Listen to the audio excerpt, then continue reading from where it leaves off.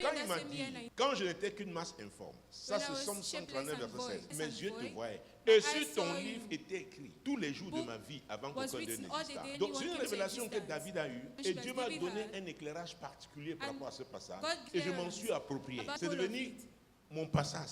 C'est pourquoi je peux répéter ce verset.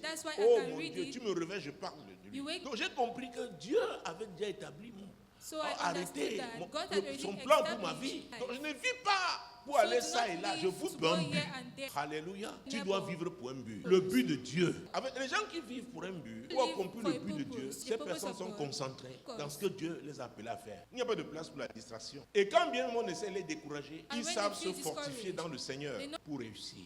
Parce qu'on essaiera toujours. Parce qu'en face, le diable est là. Il t'a perdu, il est mécontent. À défaut de te récupérer, il va te rendre la vie dure. Tu dois le savoir. Mais maintenant, avec la parole de Dieu, tu es équipé pour résister. Alléluia. Tous ceux qui réussissent avec Dieu ont appris à marcher dans la résistance par rapport au diable. Et on ne résiste qu'avec la parole de Dieu. C'est très important, les amis. La religion, c'est pas...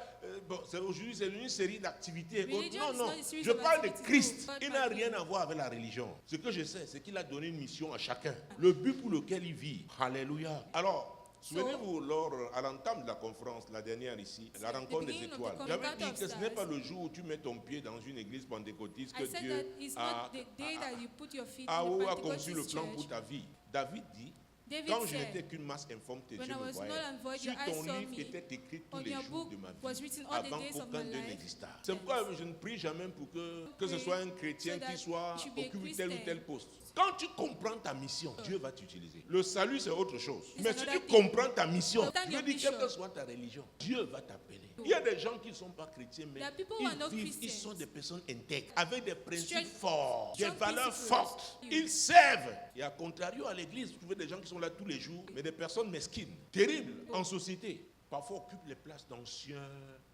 président du conseil paroissial, chef de la chorale. Tu ne vois pas Jésus dans leur vie. Je prie toujours pour les serviteurs, les servantes. Des gens, quand Dieu les amène quelque part, à un niveau où ils servent.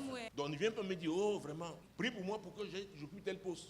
Si tu es un serviteur ou une servante, gloire à Dieu. Alléluia. 2024, année de l'éclosion. Nos désirs là, notre volonté, qu'ils soient alignés sur la volonté de Dieu. Alors nous sommes sûrs que Dieu est avec nous. Les combats auxquels nous ferons face, Dieu sera là. L'apôtre Paul a dit, oui, dans Ephésiens 6:12, beaucoup d'entre nous vont me citer ce passage. Non pas lutter contre la chair et le sang, mais contre les dominations, les autorités, les princes du monde des ténèbres, les esprits méchants dans les lieux célestes. Alors cette lutte-là, rassurez-vous que vous êtes sur les rails de Dieu. Dieu vous donnera la victoire. C'est comme ça que ça marche, les amis. Dieu veut utiliser particulièrement chacun d'entre nous. Nous avons des dons, des talents. Alléluia. C'est pour savoir. Et quand par l'éclosion, ces choses-là n'étaient que potentiellement là. Mais elles doivent, on va les voir maintenant se matérialiser si on se positionne. Moi, l'Éternel, je t'ai appelé pour le salut. Je te prendrai par la main, je te garderai et je t'établirai pour traiter alliance avec le peuple, pour être la lumière des nations.